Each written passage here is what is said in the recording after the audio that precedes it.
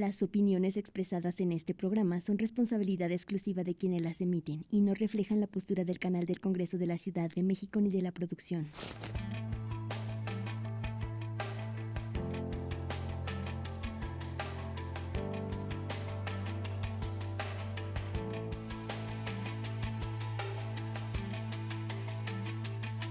Les saluda Jorge Armando Rocha, bienvenidos a Perfiles. En esta ocasión una conversación con el diputado de Morena, Juan Rubio Gualito. ¿De dónde viene y a dónde va? Un hombre muy ligado a la lucha sindical. Así que vamos a conocer algo más de Juan Rubio Gualito. Juan Rubio Gualito es diputado local por Iztapalapa en la Ciudad de México e integrante del grupo parlamentario de Morena. Es licenciado en Derecho por la UNAM con especialidad en Derecho Laboral y Sindical. Durante su carrera se ha dedicado a combatir la injusticia social y la desigualdad, siempre comprometido con la izquierda y la lucha social. Se cataloga como un firme defensor de los derechos para todos, primero los pobres, apoyando a los trabajadores, las amas de casa, la comunidad LGBTIQ+, jóvenes sin oportunidades y los grupos más vulnerables de la sociedad. Diputado Juan Rubio Gualito, muchas gracias por estar con nosotros en esta conversación. No, es un placer y más con tu trayectoria, la verdad es un orgullo que podamos conversar. Muchas gracias, estimado diputado. Veo que tienes una trayectoria muy ligada al sindicalismo. A ver, ¿cómo inició en tu caso este despertar para decir quiero estar en la vida pública y ligada a la lucha sindical? Mira, la naturaleza de tu servidor siempre fue la búsqueda de la lucha por el reconocimiento de derechos laborales. En otra época, una época muy dura, la época neoliberal, en donde las cosas se resolvían a veces con sangre y lágrimas por parte de los trabajadores, porque era muy claro.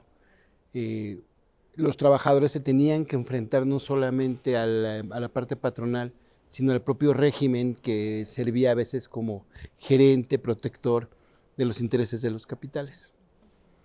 Cuando veo esta parte de injusticia, caminamos. Yo siempre he sido trabajador, soy orgullosamente trabajador de Limpia, de aquí el gobierno de la Ciudad de México. Y en este caminar, pues bueno, te vas encontrando no solo la pauperización de las condiciones generales de la clase trabajadora, y que en el neoliberalismo era terrible, ¿no? Ya tú veías, pues en mi propio caso, ¿no? Para poder estudiar tenías que trabajar y aparte tenías que aportar, y en una misma casa, pues de repente tú veías que tenían que aportar 3 o 4 miembros de la familia y prácticamente en condiciones casi de neoesclavitud. Cuando a mí se me da la oportunidad, porque yo estudié Derecho, a la par que trabajaba, pues siempre fui como que, bueno, ahora te toca ir a defender, irte a enfrentar al patrón. Y eso a mí me dio como, bueno, con la venia de mis compañeros, pues un poquito de tablas para poder enfrentar a los patronos o a sus representantes. Y obviamente, pues bueno, los sindicatos grandes, los más numerosos, pues atraen a otros, ¿no? Y fuimos conociendo otras organizaciones sindicales y bueno, ya me dedicaron y me dicen mis compañeros, me comisionan y dicen, bueno, vuélvete el defensor de los trabajadores, vuélvete el abogado de los trabajadores, pero sin dejar en mi parte laboral, ¿no? Sí. Y bueno, es bien padre porque cuando empieza el proyecto del presidente López Obrador con la Cuarta Transformación, pues nosotros decíamos, somos esos, o sea, somos el pueblo, somos los que menos ganamos, somos los que creemos que podemos tener un mejor futuro, somos los que creemos que puede haber una mejor forma de vida para nosotros y nuestra familia. Y bueno, por eso nos abrazamos del movimiento. Ahora, de alguna manera, ese pueblo se hizo ya gobierno. Exacto, y cuando se hace gobierno, pues bueno, deja de ser un fetiche, ¿no? Deja de ser un concepto abstracto.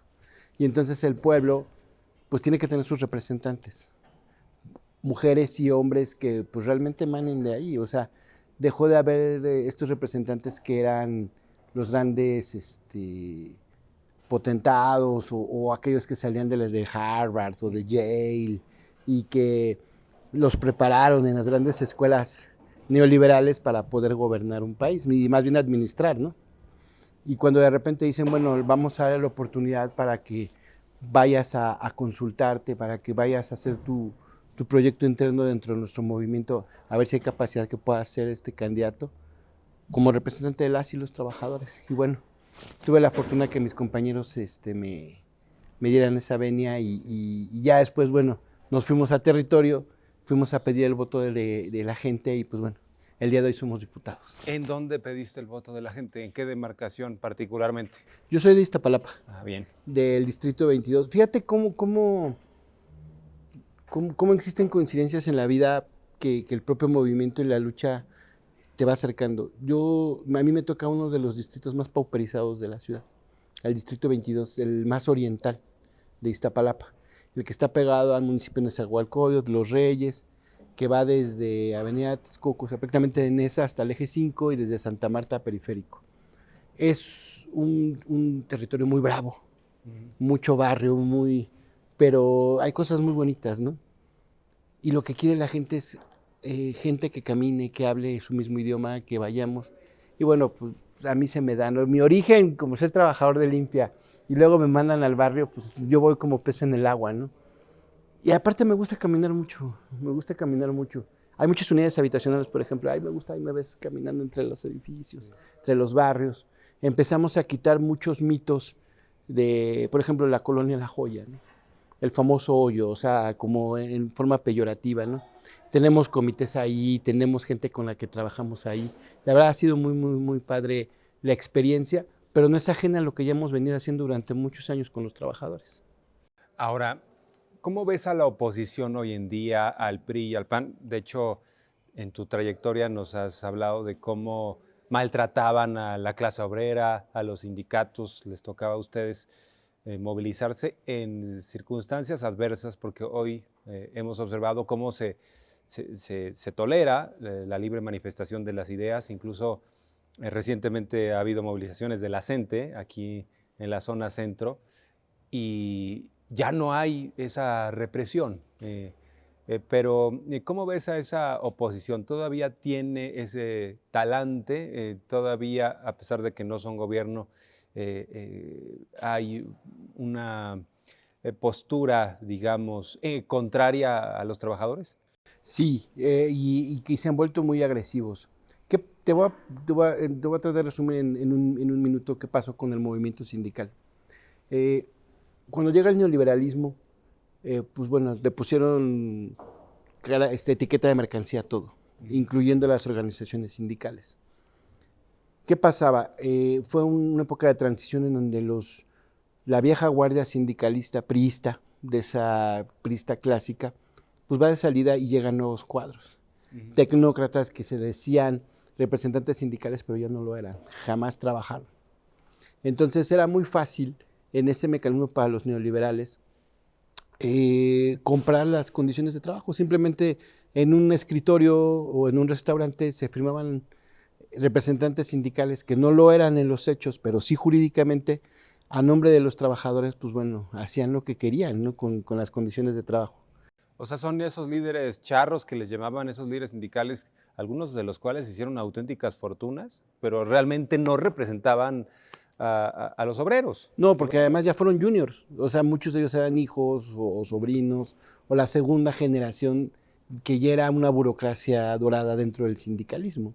Y que con los patrones, puta, se volvió pues un nido de corrupción terrible, ¿no?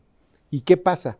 Que empiezan a tomar el modelo de los sindicatos blancos de Nuevo León, en donde el sindicato pues prácticamente no ve la frontera entre con la gente representante de la empresa, con los de relaciones laborales. Cuando llegamos nosotros, porque nosotros venimos de la oposición, de un proceso de lucha muy fuerte, ¿y qué pasa? Bueno, al venir de la lucha, pues bueno, vas tomando otras tablas, y bueno, ya es muy complicado que puedas tú regresar a esos esquemas neoliberales de cómo se entendía el sindicalismo. Pero ¿qué pasa? La patronal empieza otra vez a tomar la parte más reaccionaria de sus actitudes. Acabamos de denunciar, te pongo un ejemplo, ¿no? El pasado 18 de marzo, en una huelga en Tornel, pues bueno, fueron a balacear un piquete de huelga, ¿no? Sí. O han querido romper huelga. O sea, vuelven a esos viejos esquemas rebasados de los 30, 40 del siglo pasado, ¿no? Entonces, ¿qué tenemos que hacer aquí? Pues bueno, su voz. Tenemos que hacer su voz, tenemos que ver sus intereses representados en el Congreso. Es un compromiso bien grande, sí. bien grande, pero que lo asumimos con mucho cariño, con mucho gusto, porque a mí no nos cuesta trabajo. O sea, yo cada que veo una injusticia del trabajo me hierve la sangre, pues, o sea, porque yo recuerdo a mi madre obrera y parándose a las 4:30 de la mañana yéndose a trabajar, a mi papá que prácticamente él era un artesano y que con la llegada del neoliberalismo y todas las crisis económicas lloraba por la pérdida de sus pocos bienes que tenía. Entonces, eso me hace recordar que, bueno, mi tarea es muy concreta, ¿no? Sí, y por cierto, ya dentro de la 4T se rompieron algunos paradigmas o algunos sofismas neoliberales, como entre otros que decían, a propósito de estos expertos de Harvard y Yale, que educaron a nuestros presidentes como Zedillo o los maleducaron, pues decían, no le muevas al salario mínimo en México porque vamos a dejar de ser competitivos frente a China, y resulta que China ya tenía mejores salarios que nuestro país. Y esto bajo la idea de que si aumentabas el salario mínimo ibas a generar inflación, pero además las empresas norteamericanas, por ejemplo, no iban a querer asentarse en nuestro país, y ahora vemos que aumentó el salario mínimo, no hay inflación y quiere cada vez más inversión extranjera llegar a México. ¿Qué te parece que vivamos para contar esto de cómo se rompieron estos paradigmas neoliberales? Fíjate que cuando nos ponemos a estudiar a los mismos neoliberales descendientes de la escuela de Chicago, los de Yale, los de Harvard, ellos decían que el margen de ganancia en México de cualquier producto de esta tasa, ¿no?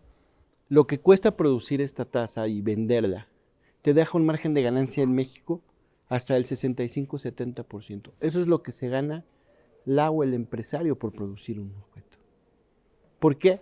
Porque en México nos vendieron en condiciones de semiesclavitud, lo que tú estabas diciendo. ¿Nosotros qué decimos y qué creemos fervientemente? Bueno, que lo que le da valor a las cosas es el trabajo. Y en México estaba subpagado.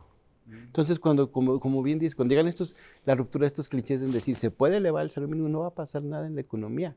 Lo único que va a pasar es que los márgenes de ganancia de los empresarios que producen esto no va a ser tan grande como en otros países. Fíjate, cómo la derecha tiene un discurso manipulador. Cuando el licenciado López Obrador decía que íbamos a caminar hacia las condiciones de seguridad social de Dinamarca, hablaba de que vamos a avanzar hacia allá si tuviéramos la recaudación que tiene Dinamarca, los países escandinavos, para poder dar seguridad social. Aquí se quejan cuando les aumentan un 1% a los empresarios de impuestos. Simplemente ve lo que pasó con este empresario de la televisora y que es dueño de estas tiendas de electrodomésticos, cuando le dijeron, oye, te van a subir un poco de impuestos, baja tu margen de ganancia. Pero la derecha sí es, o sea, es hipócrita, es mentirosa, pero además se queja de lo que no obtienen por no pagar ellos impuestos. ¿Sí me explico?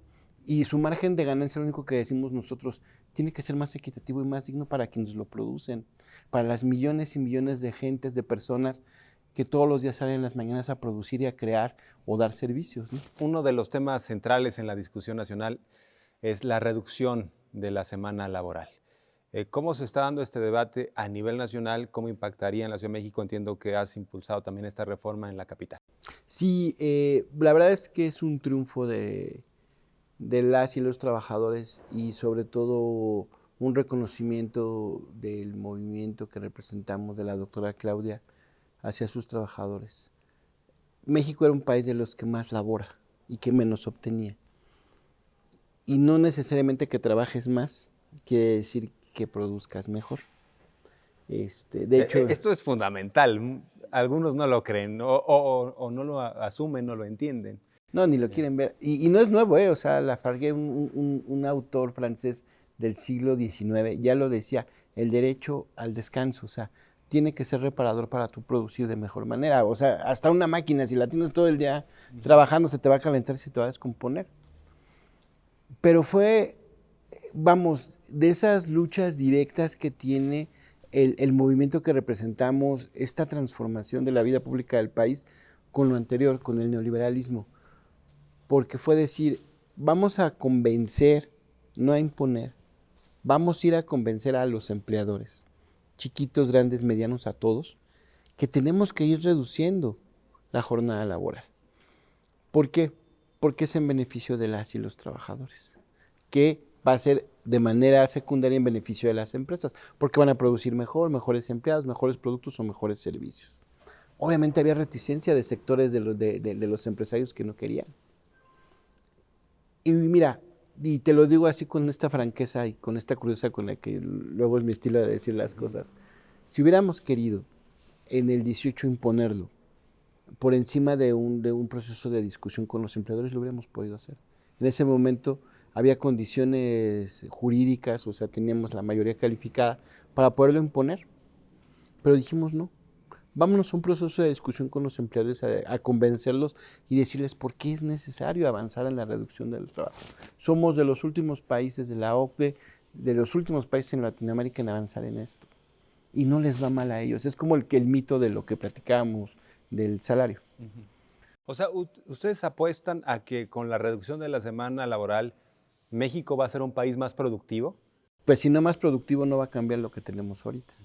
Yo creo que sí, en mi consideración personal, yo creo que sería más productivo, porque una persona descansada, preparada, y que le da las adecuadas condiciones para laborar, pues va a laborar de mejor manera. O sea, eso es lógico.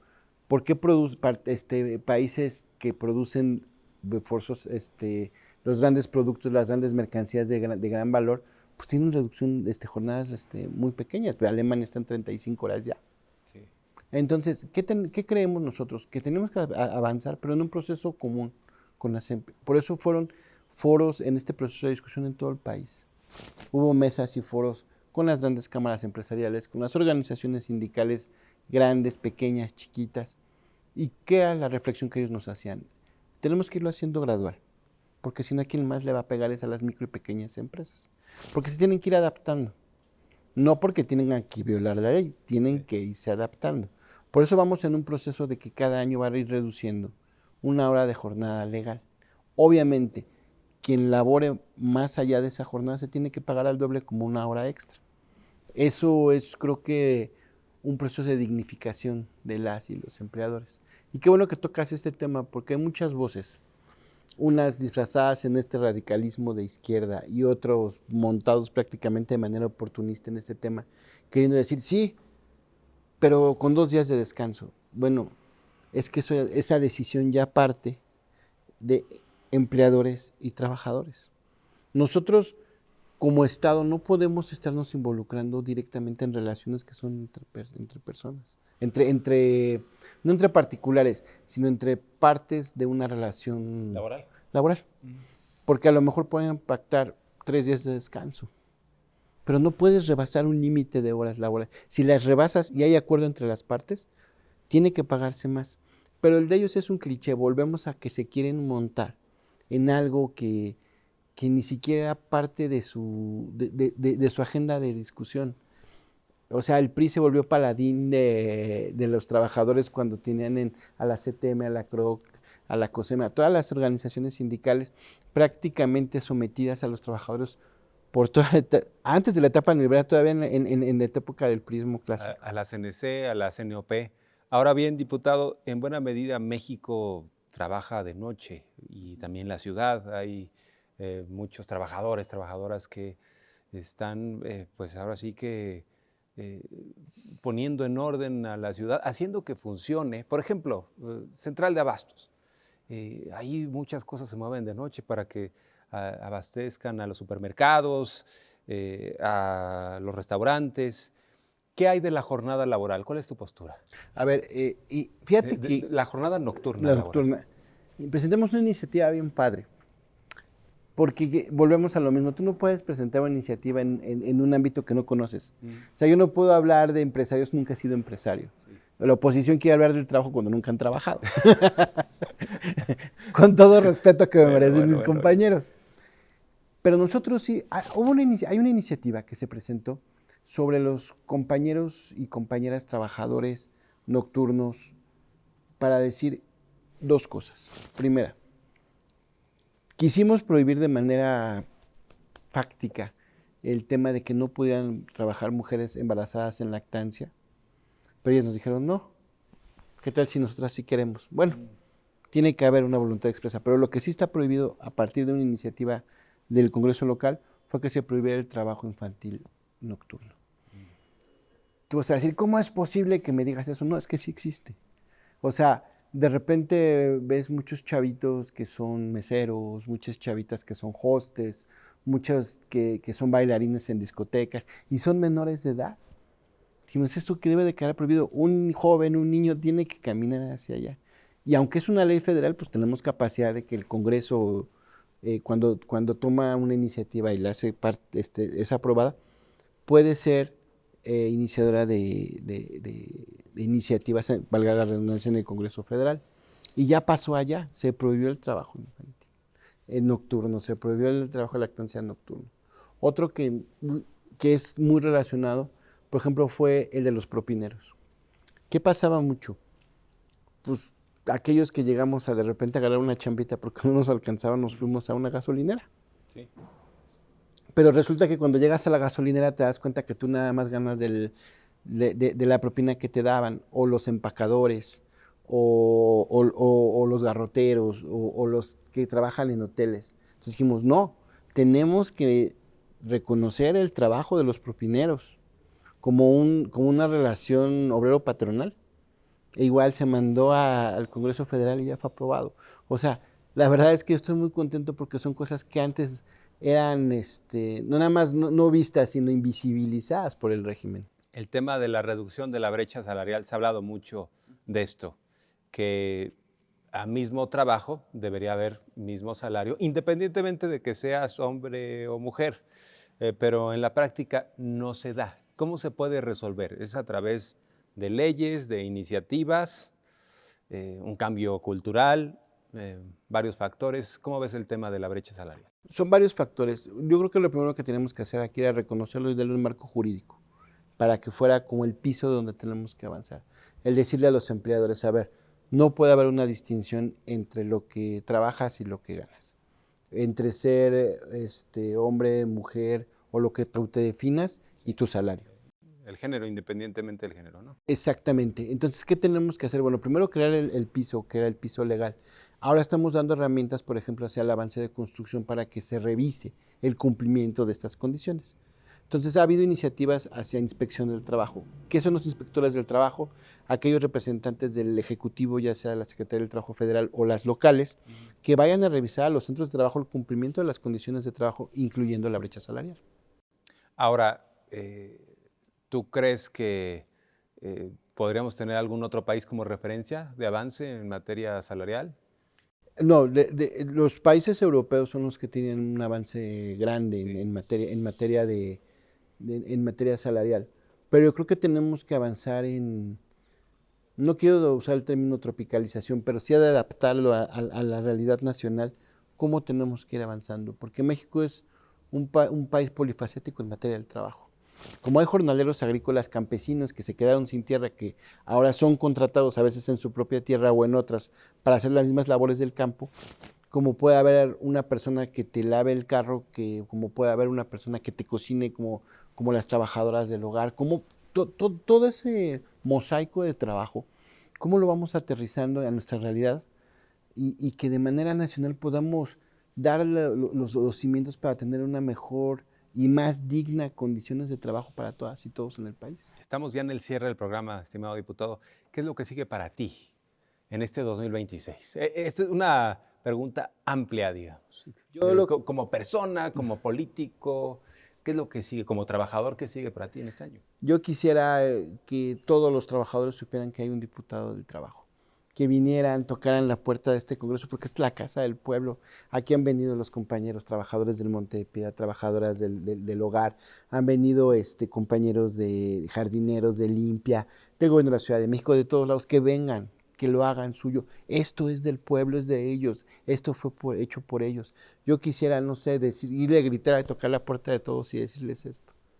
Aquí está. Y la otra, pues es el territorio, jefe, o sea, les mando un abrazo y un beso, sobre todo. En territorio tenemos es un distrito donde hay muchas mujeres y sobre todo... ¿Dónde, por cierto, te ubican? ¿En qué dirección está tu módulo? Estoy en el eje 5, sin número, Ejidos de Santa María, Estahuacán, casi donde se junta eje 5 y eje 6, sí, allá en el oriente. Pero mándenme un mensajito a redes sociales, yo voy, así me digan, vivo en la punta del cerro, allá vamos. Y vamos, La mayor parte, como es un distrito muy de descanso, la mayor parte de los comités de la gente con la que yo trato son con mujeres o con adultas mayores. Entonces, híjole, para mí es un orgullo, un honor, nos echamos un taquito. Yo soy mucho de echar taco. Llevo lo que hago en el trabajo allá.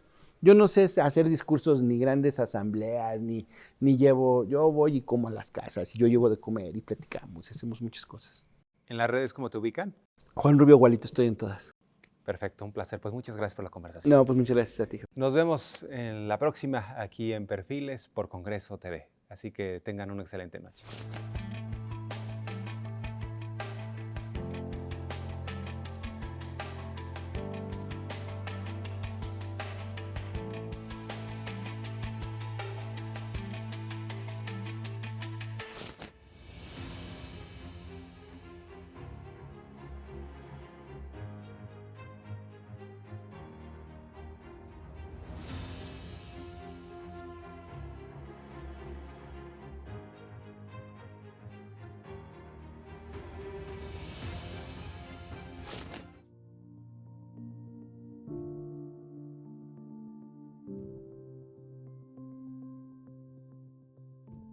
Congreso TV, la señal de la pluralidad, 21.2.